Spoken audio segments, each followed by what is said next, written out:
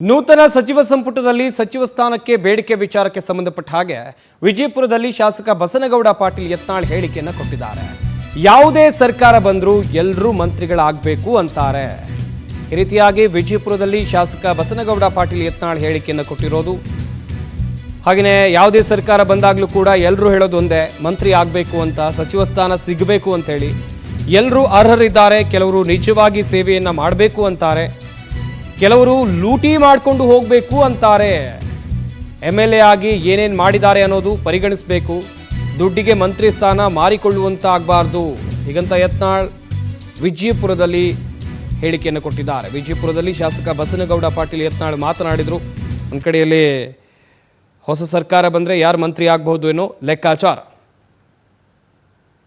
ಇದು ಯಾವ ರಾಜಕೀಯ ಪಕ್ಷ ಸರ್ಕಾರ ಬಂತಂದ್ರೆ ಎಲ್ಲ 136 ಮಂದಿನೂ ಮಂತ್ರಿಗಳಾಗ್ಬೇಕಂತ.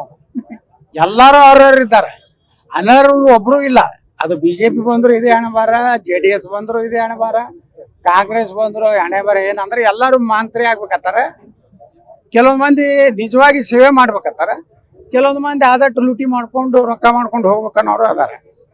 ಈಗ ಇದು ಮಂತ್ರಿ ಯಾರಾಗ್ಬೇಕು ಅನ್ನೋದು ಮಾತು ಅಲ್ಲ, ಅವರ ಪರ್ಫಾರ್ಮೆನ್ಸ್ ಏನಿದೆ ಈ ಹಿಂದಿನ ಅವಧಿಯಲ್ಲಿ ಆಸ್ ಎ MLA ಅವ್ರು ಏನು ಯಾವ ರೀತಿ ಕೆಲಸ ಮಾಡಿದ್ದಾರೆ ಇದನ್ನೆಲ್ಲ ಪರಿಗಣನೆ ತಗೋಬೇಕು ಹೊರತು ದುಡ್ಡಿಗೆ ಮಂತ್ರಿಗಳ ಖಾತೆಗಳನ್ನ ಮಾರಾಟ ಆಗುವಂತದ್ದು ಆಗ್ಬಾರ್ದು. ನನಗ ಭಯ ಅನಿಸ್ತದೆ. ದುಡ್ಡಿಗೂ ವ್ಯಾಪಾರ ಆಗ್ಬಹುದು ಮತ್ತು ಮುಂದೆ ತಿಂಗಳಿಗೆ ಇಟ್ಟು ಕೊಡ್ಬೇಕಂತ ಫಿಕ್ಸ್ ಮಾಡಿನೂ ಕೊಡ್ಬೋದು. ಯಾಕಂದ್ರ ನೀವು ನೋಡ್ತಿರಲ್ಲ ಮುಖ್ಯಮಂತ್ರಿಗಳೇ ಯಾವ ಪರಿಸ್ಥಿತಿ ಒಳಗೆ ಸಿದ್ದರಾಮಯ್ಯನವ್ರು ಇದ್ದಾಗ ಅವ್ರದೊಂದು ರೀತಿ ಒಂದು ಸಿದ್ದರಾಮಯ್ಯನವರು ಇವತ್ತು